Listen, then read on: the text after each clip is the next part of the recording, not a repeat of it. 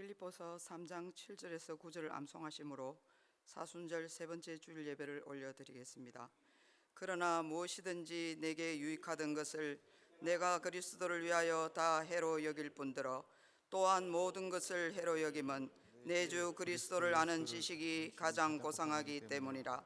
내가 그를 위하여 모든 것을 잃어버리고 배설물로 여김은 그리스도를 얻고 그 안에서 발견되려 함이니 내가 가진 의는 율법에서 난 것이 아니요 오직 그리스도를 믿음으로 말미암은 것이니 곧 믿음으로 하나님께로부터 난 의라. 아멘.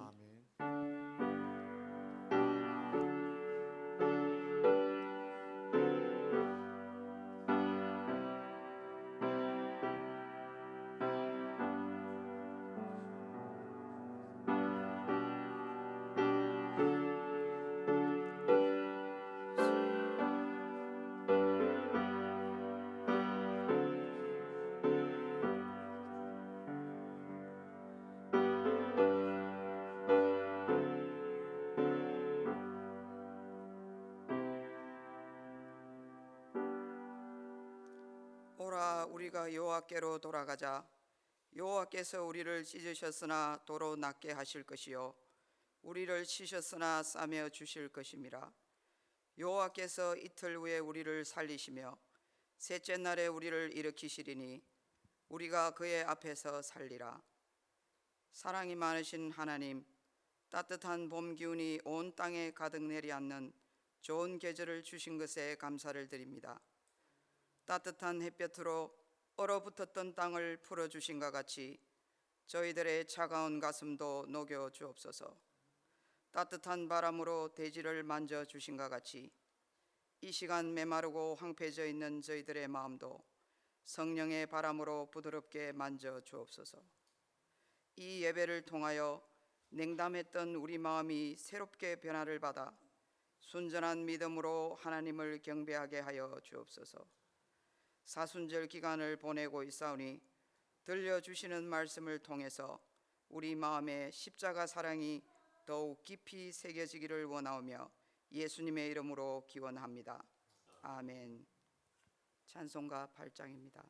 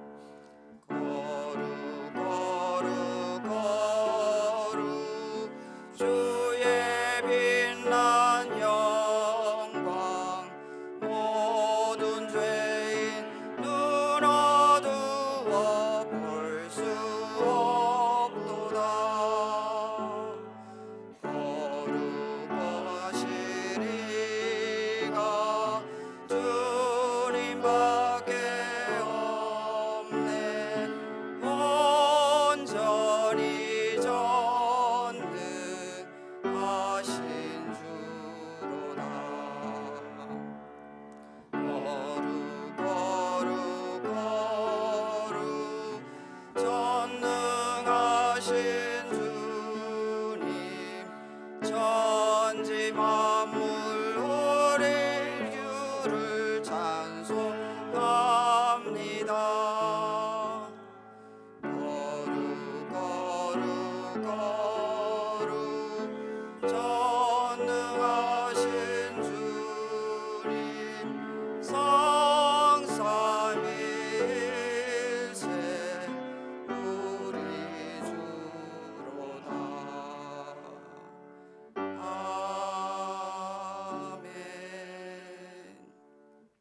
성시교독은 127번입니다. 여호와를 자기 하나님으로 삼은 나라 곧 하나님의 기업으로 선택된 백성은 복이 있도다. 여호와께서 하늘에서 굽어 보사 모든 인생을 살피시며 곧 그가 거하시는 곳에서 세상의 모든 거민들을 굽어 살피시는도다. 그는 그들 모두의 마음을 지으시며 그들이 하는 일을 굽어 살피시는 이로다. 많은 군대로 구원 얻은 왕이 없으며 용사가 힘이 세어도 스스로 구원하지 못하는도다. 우리 영혼이 여호와를 바라며 그는 우리의 도움과 방패시로다.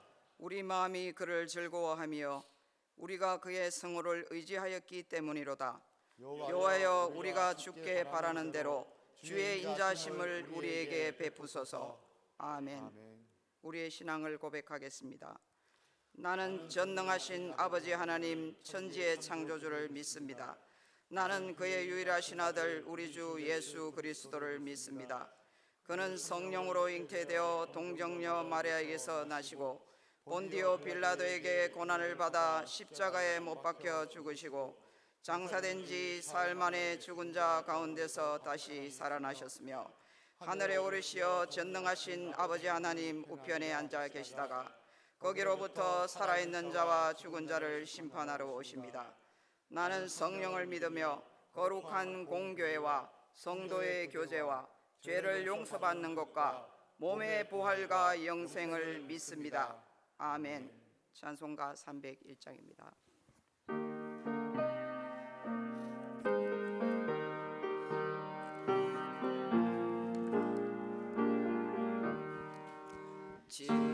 지금까지 지내온 것 주의 크신 은혜라. 아이 없는 주의 사랑 어찌 이루 말하랴. 찬하게나 주의 손이 항상 살펴주시고 모든 일을 주 안에서 형통하게 하시네.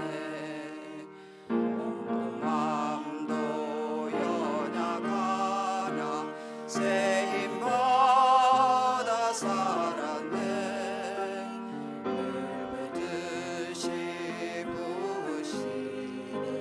주의 은혜 족하다. 사람 없는 거리에나 험한 산길 헤맬 때 주의 손을 굳게 잡고 찬송하며 가리라.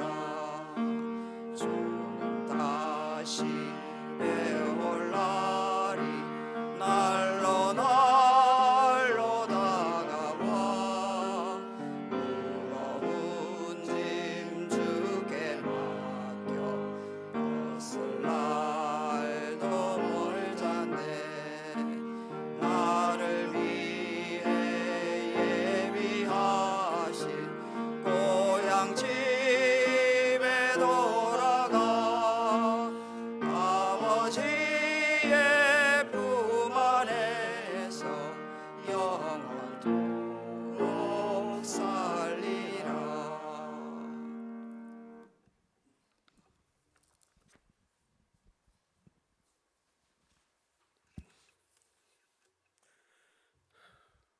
모든 생명의 주권자이시며 만유의 주제가 되시는 전능하신 하나님, 하나님의 크시고 놀라운 권능 앞에 경배와 찬양과 영광을 올려드립니다. 창조주이신 하나님께 반역한 온 인류를 구속하시기 위하여 무엇을 믿고 어떻게 살아가야 하는지 계시하여 주셨으며 인류를 위하여 인간의 몸으로 이 땅에 오셔서 사람이 감당할 수 없는 고난의 길을 따라 성부 하나님의 뜻에 순종하신 주님의 놀라운 사랑하심과 베푸신 은혜에 감사를 드립니다. 어떠한 희망조차 없던 저희가 주님께서 십자가 위에서 물과 피를 쏟으시며 베푸신 은혜 위에 살면서도 미련하고 어리석게도 죄악의 사슬을 온전히 끊지 못하고 날마다 주님을 배반하며 살았음을 회개하오니 용서하여 주시옵소서. 우리 내면 깊이 뿌리내린 악의 권한을 주님의 보혈로 덮으사 이 시간 거룩한 예배로 나아갈 수 있도록 은혜 베풀어 주시옵소서. 주님, 죄악으로 가득한 이 땅을 회복시켜 주시옵소서. 극악이 있는 곳에 전쟁과 질병, 해충과 이변으로 심판하시니 이를 바라보며 깨닫는 지혜로운 자에게 죄에서 돌이켜 하나님을 경외하며 주께로 돌이키는 은혜를 베풀어 주시옵소서. 온 땅이 코로나 바이러스를 인하여 놀라고 두려워 소동하며 거짓과 세속적 죄악이 힘을 얻는 이때에 주의 자녀들이 일어나 가장 먼저 헌신과 수고를 다하며 참 진리와 공의를 세우는 이 땅의 빛과 소금으로 사용되게 하옵소서. 이러한 때에 진리를 가장하며 미혹하고 거짓된 악의 무리가 드러나 소멸되게 하옵시며 참 진리와 공의가 세워지게 하옵소서. 온 땅에 창궐한 전염병이 속히 종식될 수 있도록 긍휼을 베풀어 주옵시고 사회가 어려울수록 더욱 차별받고 소외되며 상하고 병든 심령들을 주님께서 친히 위로하여 주시옵소서. 더불어 이 시간도 믿음을 지키고 증거하기 위하여 하나뿐인 생명마저 아끼지 아니하는 주의 자녀들을 안위를 지켜 주옵소서. 사순절 셋째 주를 맞아 죄를 향하신 하나님의 사랑과 주님의 고난을 깊이 묵상하며 공공의 안전과 사회적 책임을 다하기 위하여 공예배를 드리지 못하는 이때에 육신의 평안과 게으름으로 우리의 영혼이 죽어감을 방치하지 않도록 늘 깨어있는 성도 되게 하옵소서. 연세 많으신 부모님들의 건강을 지켜주옵시고 무엇보다 늘 주님과 동행하여 영적 건강이 쇠하는 일이 없도록 성령님 강한 손으로 붙들어 주시옵소서. 이 시간 우리를 구원하시려는 하나님의 사랑을 깨닫고 그 은혜 안에 머물길 소망하오니 단위에 서신 목사님께 성령의 권능을 충만케 부어주셔서 주님의 말씀을 온전히 대언하게 하옵시며 선포되는 말씀 가운데 살아 역사하시는 하나님을 만나는 복을 허락하옵소서. 특별히 목사님께 성령의 충만과 항상 하나님의 사랑과 지혜가 가득 부어지는 은혜를 베풀어 주시옵소서. 이 시간 우리의 생명은 주님께 있음을 고백하며 각 가정과 처소에서 예배로 나아가오니 예배를 방해하는 모든 악의 충동을 막아주옵시고 드려지는 예배를 통하여 주님 홀로 영광 받으옵소서. 예수님의 이름으로 기도드립니다. 아멘.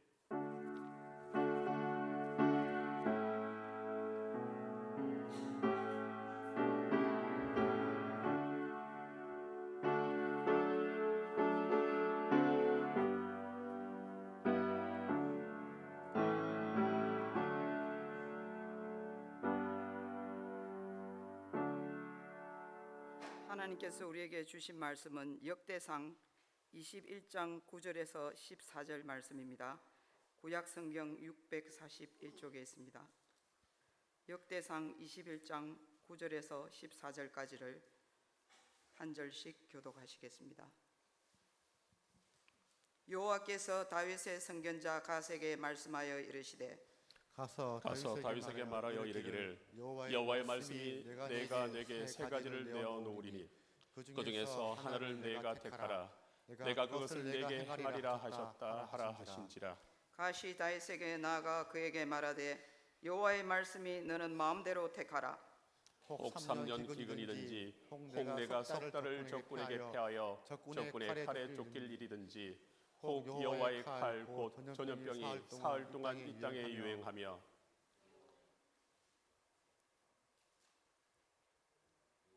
여호와의 천사가 이스라엘 온 지경을 멸할 일이 하셨나이다. 내가 무슨 말로 나를 보내신 이에게 대답할지를 결정하소서 하니 다윗이 가세에게 이르되 내가 공경에 빠졌도다.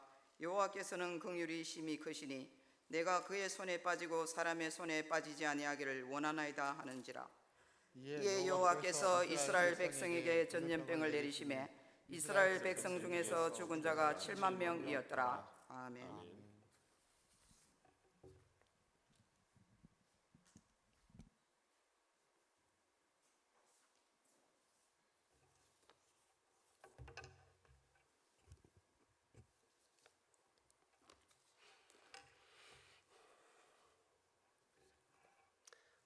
전염병이 무엇이며 어디에서 오는 것일까요? 소위 우주를 오간다는 첨단 과학을 자랑하는 현대에서도 여전히 그 원인과 출처를 알지 못합니다. 발병이 되면 겨우 발견해서 어떻게 할까라고 고민만 할 수 있을 뿐 치료는 엄두도 못 냅니다. 물론 예방은 아예 생각조차 할 수 없습니다. 그런데 성경은 이런 전염병의 원인과 출처, 즉 눈에 보이지 않는 작은 바이러스의 세계까지 관장하시는 분이 누구인지를 명확히 밝혀주십니다. 본문 11절에서 12절 말씀입니다. 가시 다윗에게 나아가 그에게 말하되 여호와의 말씀이 너는 마음대로 택하라.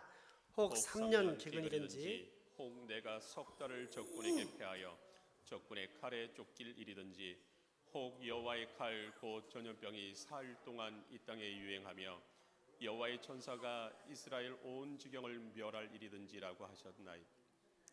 내가 무슨 말로 나를 보내신 이에게 대답할지 결정하소서 하니. 그러므로 전 세계가 코로나19라는 전염병의 창궐로 인해 혼란과 불안의 상태에 빠져 있는 이때 우리는 더 이상 전염병 그 자체에 몰입하는 어리석음을 벗어나야 합니다. 대신 전염병까지 관장하시는 하나님, 그 하나님께서 왜 지금 이 전염병을 허용하셨는지를 생각해 봐야 합니다. 첫째, 택한 백성을 위한 메시지라는 사실입니다. 이스라엘 초대왕 사울에 이은 2대 왕 다윗은 하나님의 마음에 합한 자로서 이스라엘의 왕이란 어떠한 존재인가를 보여주는 존재, 사람이라고 할 수 있습니다.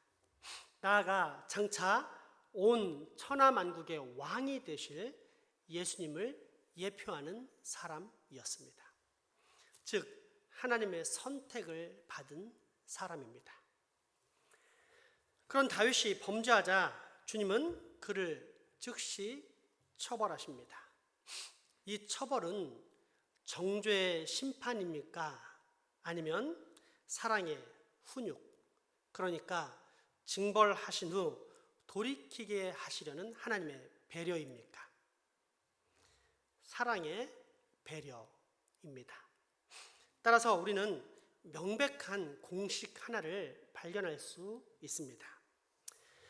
하나님이 선택하신 백성들이 범죄하면 주님은 반드시 그들을 훈육하신다는 사실입니다. 이방 백성들, 멸망의 자식들과는 이와 상관이 없습니다. 그러므로 현재 일어나고 있는 전 국가적, 아니 전 세계적 재앙에 대해 우리는 재앙 그 자체도 아니요, 전염병을 옮긴 어떤 나라 또는 그 어떤 사람을 향한 비난과 혐오도 아니요, 남 탓도 아닌 우리 자신을 바라볼 줄 알아야 합니다.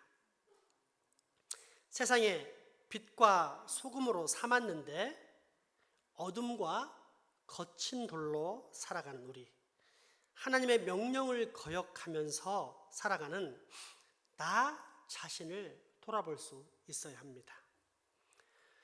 그것이 만몬, 돈의 신입니까? 그것이 쾌락입니까? 그것이 이기적 욕망입니까? 하루속히 그 죄악의 자리에서 돌이켜야 할 것입니다. 둘째, 겸손의 회복입니다. 역대상 21장 2절에서 3절 말씀입니다. 다윗이 요압과 백성의 지도자들에게 이르되 너희는 가서 브엘세바에서부터 단까지 이스라엘을 계수하고 돌아와 내게 보고하여 그 수요를 알게 하라 하니, 요압이 아뢰되 여호와께서 그 백성을 지금보다 100배나 더하시기를 원하나이다. 내 주 왕이여 이 백성이 다 내 주의 종이 아니니까 내 주께서 어찌하여 이 일을 명하시나이까 어찌하여 이스라엘이 범죄하게 하시나이까 하나. 브엘세바는 이스라엘의 남쪽 끝, 우리로 같으면 제주도이고, 단은 북쪽 끝, 저 북한의 중간 정도 된다고 할 수 있습니다. 그러니까 이스라엘 왕국 전체 인구를 계산하라는 것입니다. 사실 한 나라에서 총 인구수를 계산하는 것은 중요한 일이자 필수적인 일입니다. 그래야만 세금과 더불어 군사력까지 정확하게 파악, 편성할 수 있기 때문입니다. 그런데 이것이 왜 죄가 됩니까? 마음 때문입니다. 사실 이때까지 다윗이 살아나온 것은 오직 하나님의 능력과 도우심, 보호와 인도하심이었습니다. 이 하나님의 은혜로 말미암아 다윗은 그토록 수많은 사망의 골짜기에서 구원을 받았습니다. 그리고 이제는 강대한 나라의 왕이 되었습니다. 한마디로 아무 근심 걱정이 없었습니다. 그 사실을 다윗은 자신의 입으로 직접 역대상 22장 18절을 통해 다음과 같이 기록하고 있습니다. 너희 하나님 여호와께서 너희와 함께 계시지 아니하느냐? 사면으로 너에게 평온함을 주시지 아니하셨느냐? 이 땅 주민을 내 손에 넘기사 이 땅으로 여호와와 그의 백성 앞에 복종하게 하셨나니. 그런데 다윗이 순간 이 사실을 잊어버렸습니다. 자신이 다 했다라고 생각했습니다. 그래서 자신이 이룬 것, 자신이 다스리는 왕국의 위엄과 강대함을 확인하고자 했습니다. 자랑하려고 했습니다. 하나님께 감사하기보다 자기 자신을 뽐내고 자랑하려고 했습니다. 교만해졌습니다. 겸손을 잃어버린 것입니다. 그러자 주님은 바로 당신의 종 갓 선지자를 통해 다음과 같은 세 가지 선택권을 줍니다. 오늘 본문 10절에서 12절 말씀을 봅시다. 가서 다윗에게 말하여 이르기를 여호와의 말씀에 내가 내게 세 가지를 내어놓으니 그 중에서 하나를 내가 택하라. 내가 그것을 내게 행하리라 하셨다 하라 하신지라. 가시 다윗에게 나가 그에게 말하되 여호와의 말씀이 너는 마음대로 택하라. 혹 3년 기근이든지 혹 내가 석 달을 적군에게 패하여 적군의 칼에 쫓길 일이든지 혹 여호와의 칼 곧 전염병이 사흘 동안 이 땅에 유행하며 여호와의 천사가 이스라엘 온 지경을 멸할 일이든지라고 하셨나니 내가 무슨 말로 나를 보내신 이에게 대답할지를 결정하소서 하니. 이때 다윗이 이기적인 선택, 자중심적인 선택을 합니다. 사울 왕에게 죽임당할까 봐 도망다니고 자기 몸에서 난 아들 압살롬에게 쫓겨다니던 비참한 기억들이 생각났기 때문입니다. 그래서 전염병을 선택합니다. 적어도 자신은 죽지 않을 것이라는 사실을 알았기 때문입니다. 실제 7만 명이나 되는 백성들이 전염병으로 죽어나갈 때 다윗은 전염병에서 자유로웠습니다.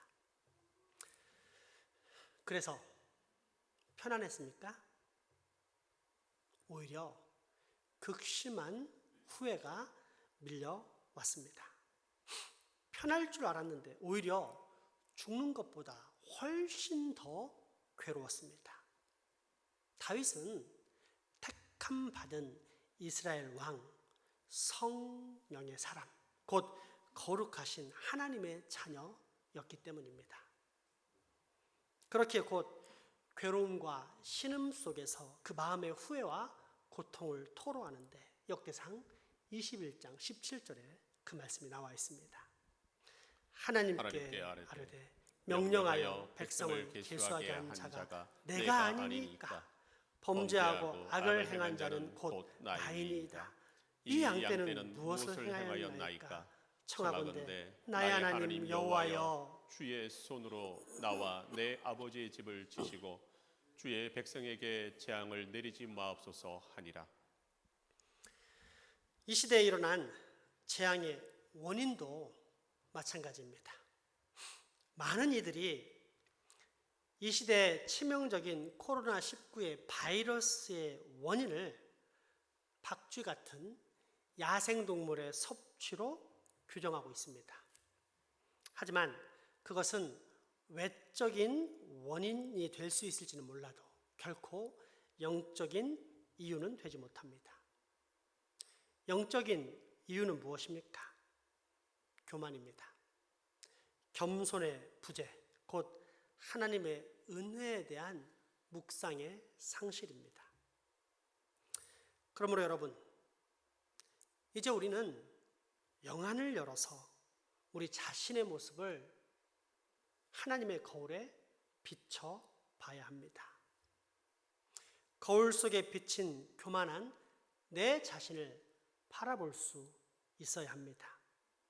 그리고는 얼른 그 교만한 모습, 곧 교만한 생각, 교만한 언어, 교만한 행동, 교만한 얼굴을 저 멀리 내던져 버려야 합니다. 겸손을 회복해야 합니다. 그러면 주님은 또다시 우리에게 회복과 소망을 내어 주실 것입니다. 우리 주님은 정죄와 심판의 주가 아닌 훈육의 하나님이시기 때문입니다. 마지막 셋째, 일상에서의 감사를 회복하는 것입니다. 다윗은 특별한 자신의 업적, 자신의 공로, 자신의 능력을 자랑하고자 했습니다. 그러자 곧 전염병이 온 나라에 창궐했고 무려 7만여 명이나 되는 이스라엘 백성들이 죽임을 당했습니다. 사실 이전에는 밋밋한 삶이라고 생각했습니다. 온 나라가 평안하고 모든 사람에게 아무런 부족함이 없는 다소 따분한 삶이었습니다. 그래서 다윗은 뭔가 특별한 것, 자극적인 자랑거리를 찾고자 했고 그로 인해 결국 특별한 전염병이 들어오게 된 것입니다. 그런데 이때 다윗에게 어떠한 변화가 일어납니까? 자랑하고자 했던 특별한 것은 전혀 자랑거리가 되지 못하고 오히려 결코 특별하지 않았던 일상, 평온한 하루하루의 삶이 가장 특별한 은혜, 최고의 감사거리라는 사실을 깨닫게 됩니다. 아무 문제 없이 하루하루를 살아가는 것이 얼마나 큰 은혜요, 큰 감사인지를 비로소 깨닫게 된 것입니다. 때문에 20세기 최고의 물리학자인 알버트 아인슈타인 이런 말을 했습니다. 인생에는 두 종류의 삶이 있다. 하나는 기적 같은 것은 없다 라고 믿는 삶이요, 다른 하나는 모든 것이 기적이다 라고 믿는 삶이다. 그런데 내가 생각하는 인생은 후자의 삶이다. 마이클 프로스트라는 사람 또한 이렇게 말합니다. 현대인은 일상 속에서 전율하는 법을 모른다. 진정으로 중요한 것은 기적 그 자체가 아니라 기적을 보는 우리의 눈이다. 일상의 삶 자체가 기적임을 깨닫는 것은 어려운 일이 아닙니다. 병원의 응급실이나 중환자실에 가보면 우리가 너무나 당연하게 여기는 일상적인 것들이 얼마나 감사하고 기적 같은 일인지 쉽게 느낄 수 있습니다. 굳이 아인슈타인의 말을 빌리지 않더라도 우리 주위에 일어나는 모든 것들이 기적입니다. 우리를 둘러싸고 있는 삶의 굴레를 한꺼풀만 들추고 감사의 눈으로 그 속을 들여다보면 기적 아닌 것은 없습니다. 물론 기적의 의미는 사람마다 다를 수 있습니다. 식물인간에게는 손가락 하나만 움직여도 기적입니다. 중환자들은 숨만 마음대로 쉬어도 기적입니다. 음식은 고사하고 물만 마실 수 있어도 기적입니다. 어떤 사람은 사막의 반석에서 물이 나와야 기적이라고 생각하지만 사막에서 물 한 모금을 얻는 것도 기적입니다. 중풍으로 오랫동안 누워있던 사람에게는 지팡이를 의지해 걷기만 해도 기적입니다.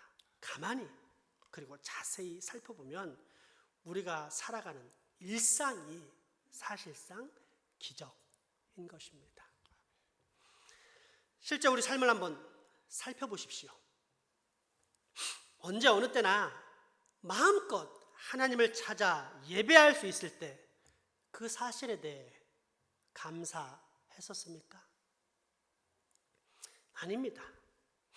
오히려 예배 모임에 빠지며 심지어 주일 예배마저도 적절한 이유만 있다면 아무렇지 않게 건너 뛰려고 했었습니다. 그러자 주님은 그의 상응하는 벌을 주셨고, 그래서 지금 우리는 아예 모여서 예배드릴 생각조차를 못하게 되었습니다. 뿌린 대로 거두게 하신 것입니다. 그래서 편한가요? 예배 안 드리고 집에 가만히 있으니 마음이 흡족하고 즐거운가요? 우리 영혼이 만족해 하던가요?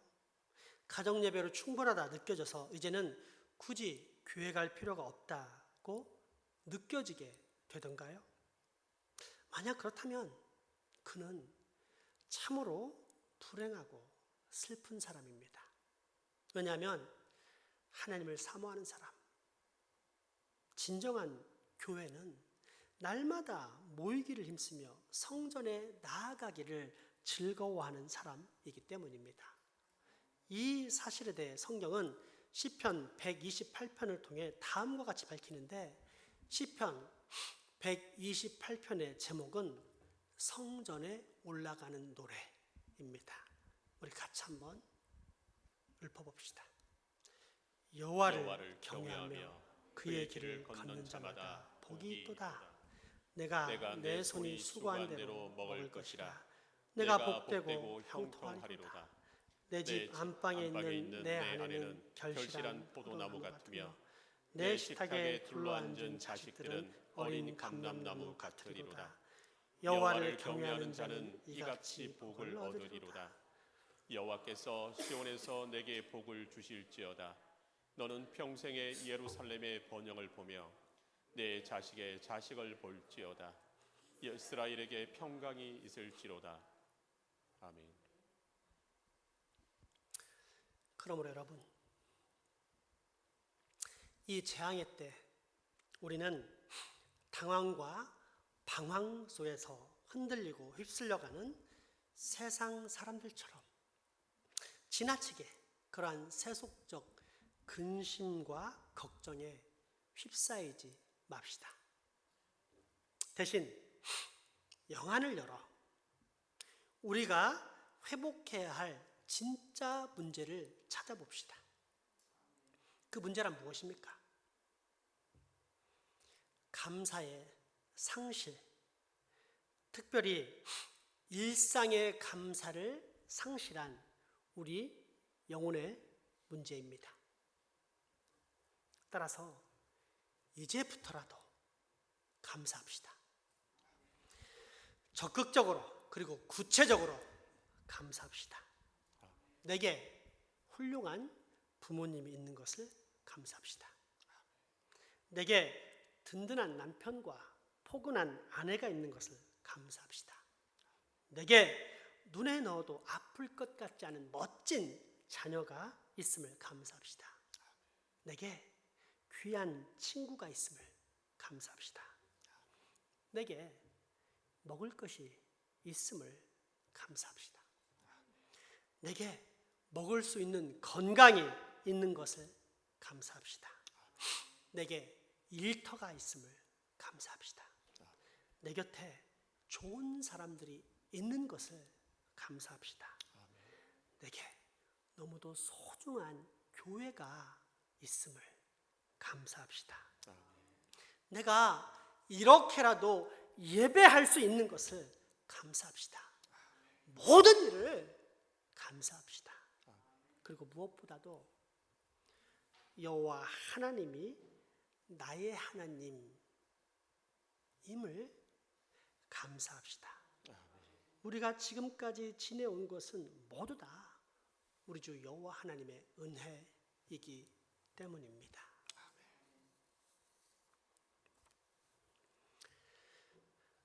네잎클로바를 좋아합니다.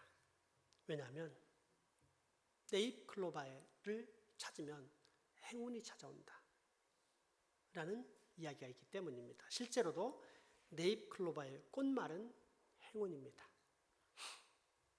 때문에 우리는 네잎클로바를 찾기 위해 수많은 새잎클로바들을 아무렇지 않게 짓밟습니다. 그런데 새잎클로바의 꽃말은 무엇입니까? 행복입니다. 어쩌면 우리는 수많은 행복 속에서 행운만 찾고 있는 것이 아닐까요? 그러나 우리가 진정으로 찾아야 할 것은 행운이 아닌 행복입니다. 나아가 우리로 이처럼 날마다 행복을 맛볼 수 있게 해주신 하나님께 감사하는 삶입니다. 그렇습니다. 전 세계적으로 전염병이 창궐한 이 어두운 시기, 우리가 진정으로 회복해야 할 것은 행운이 아닙니다. 단순한 질병에서의 해방도 아닙니다. 불안과 혐오, 차별에서의 노임도 아닙니다. 혼란과 공포에서의 탈출도 아닙니다. 감사의 회복입니다. 무엇보다도 일상의 기적에 대한 감사의 회복입니다. 그리고 우리가 이처럼 인생의 원래 목적, 곧 날마다 우리 주 하나님께 감사하는 삶을 회복해 갈 때 다윗의 소원을 들어주셨던 주님은 우리의 삶 속에서도 그 모든 질병을 깨끗이 물리쳐 주실 것입니다. 우리 감사의 찬양 하나님께 드립시다. 내 마음을, 내 감사의 고백을 곡조에 담아서 하나님을 찬양합니다. 날 구원하신 주 감사, 모든 것 주신 감사. 날 구원하신 주 감사, 모든 것 주신 감사. 지난 추억의 감사, 주의 곁에 계시네. 향기로운 봄철의 감사, 외로운 가을날 감사. 사라진 눈물도 감사. 나의 영혼 평안히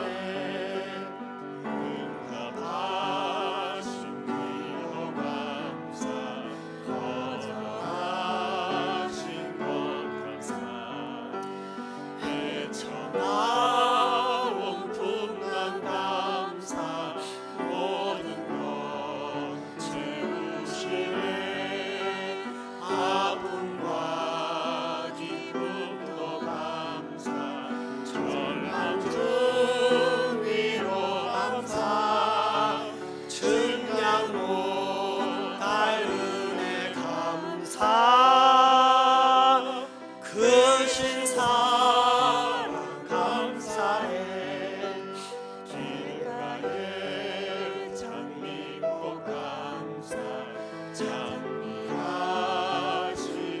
감사 따스한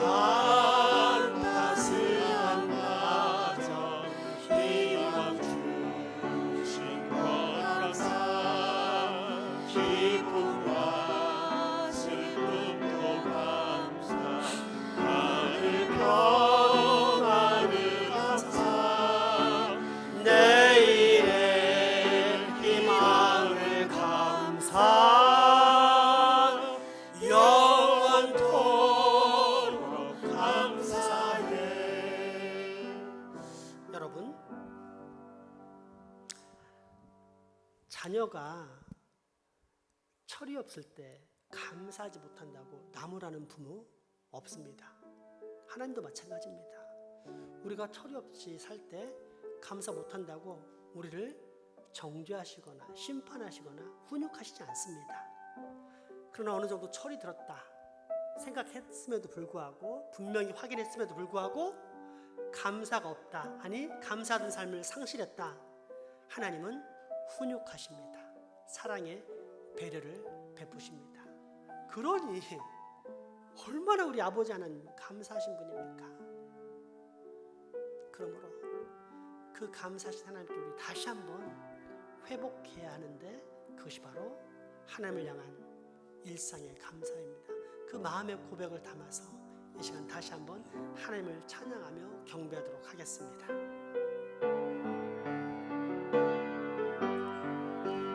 날 구원하신 주 감사 모든 것 지난 추억이네 감사, 주 내 곁에 계시네. 지난 추억이네 감사 주의 곁 향기로운 봄철의 감사, 외로운 가을날 감사. 향기로운 봄철의 감사 외로운 가을날 감사 사라진 눈물도 감사, 나의 영혼 평안해. 응답하신 기도 감사 거절하신 것 감사 헤쳐나온 풍랑 감사 모든 것 채우시네 아픔과 기쁨도 감사 절망 중 위로 항상 증량 못할 은혜 감사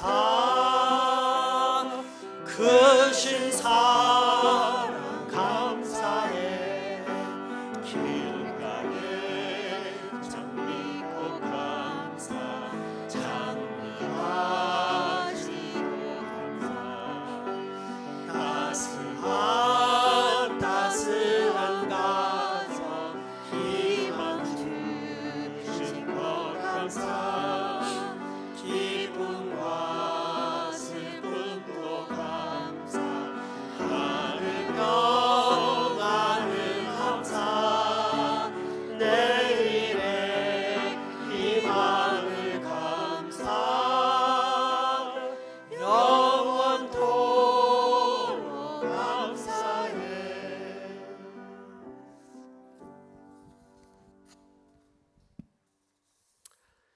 인생의 생사화복을 주장하시는 아버지 하나님 감사합니다. 오늘 우리로 인생의 목적을 되살피게 하시고 감사로의 회복, 특별히 날마다 일상에서 감사하며 사는 삶의 중요성을 다시금 깨닫게 하시니 감사합니다.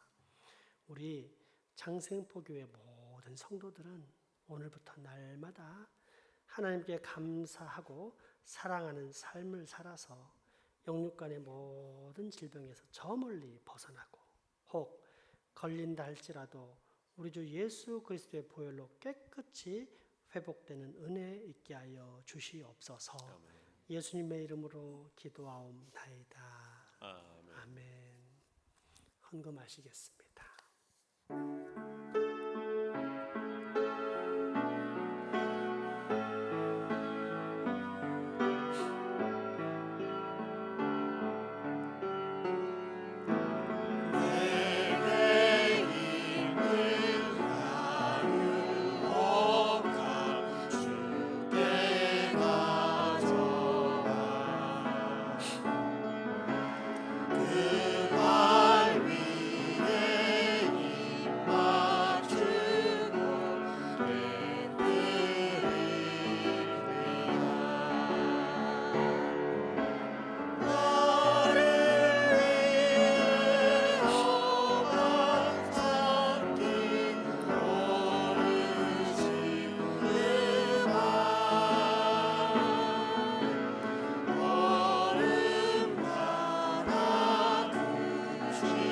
나를 위해 험한 산길 오르신 그발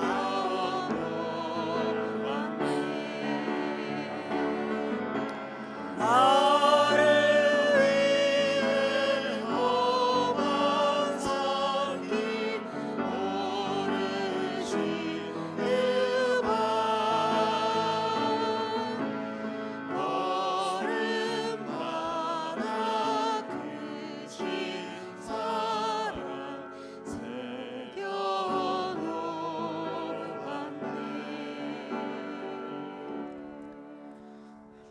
자비와 긍휼이 풍성하신 하나님, 이 시간 일용할 양식과 필요한 모든 물질 하나님께서 공급해 주신 것들을 깨닫고 감사드리면서 아버지께 우리의 마음을 바쳐 올립니다.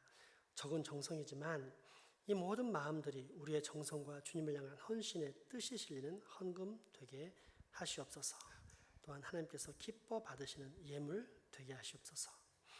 드린 손길들에게 복내리사 영육간에 궁핍함이 없을 뿐더러 30배, 60배, 100배로 풍성히 채워지는 역사 있게 도와주십시오.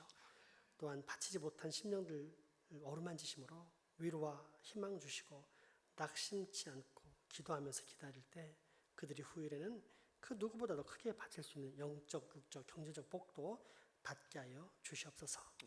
특별히 헌금을 드리면서 마음의 소원을 담아 드리는 손길들을 기억하시옵소서.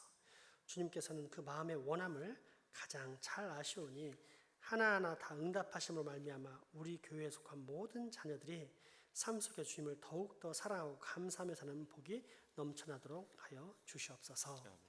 주님, 우리가 드리는 헌금 쓰이는 곳마다 하나님의 자비와 긍휼이 흘러가게 하시며 집행하는 손길들에게는 지혜와 신실을 허락하사 이 시대에 하나님께서 진정으로 원하시는 것, 꼭 필요한 곳에 적절하게 사용되게 은혜 베풀어 주시옵소서.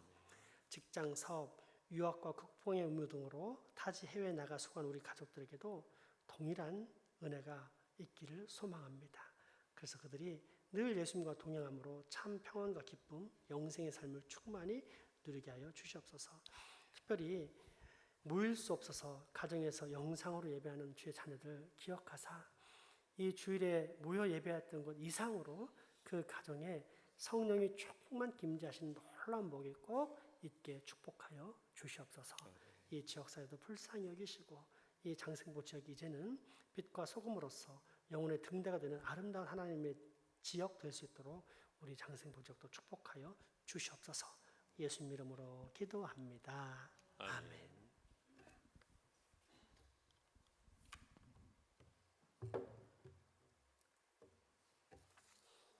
교회 소식 전해드립니다.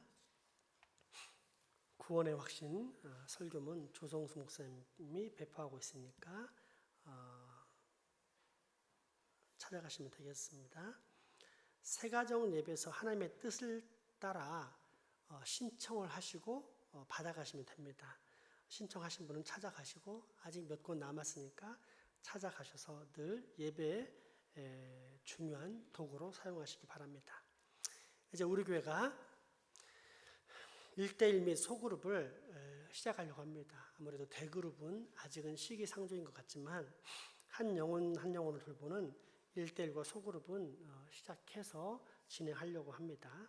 그래서 1대1 제자 양육 훈련 신청은 4월 둘째 주까지 우리 행정 조성수 목사님께 신청하시면 되겠습니다.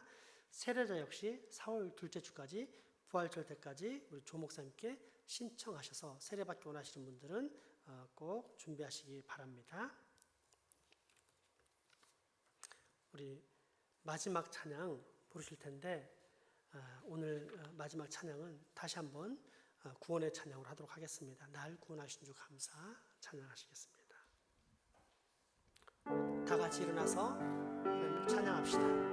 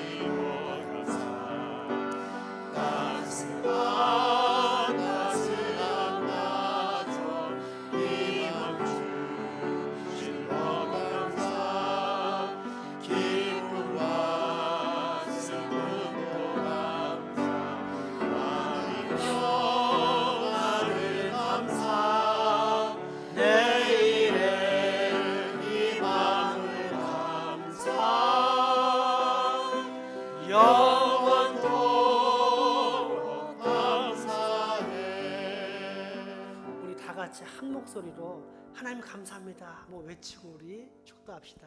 하나 둘 셋. 하나님 감사합니다. 아멘. 우리 주 예수 그리스도의 은혜와 하나님의 크신 사랑과 성령님의 교통하심이 이제후로 일상에서의 감사를 회복하며 매일 매시간 매분 매초 날마다 숨 쉬는 순간마다 항상 감사하는 삶을 살겠다라고 다짐하고 결단하는 여기 모인 모든 주의 자녀들의 머리 위에와 가정, 이웃 그리고 후손들에게 지금부터 영원토록 함께 하시기를 간절히 축원하옵나이다. 아멘. 아멘.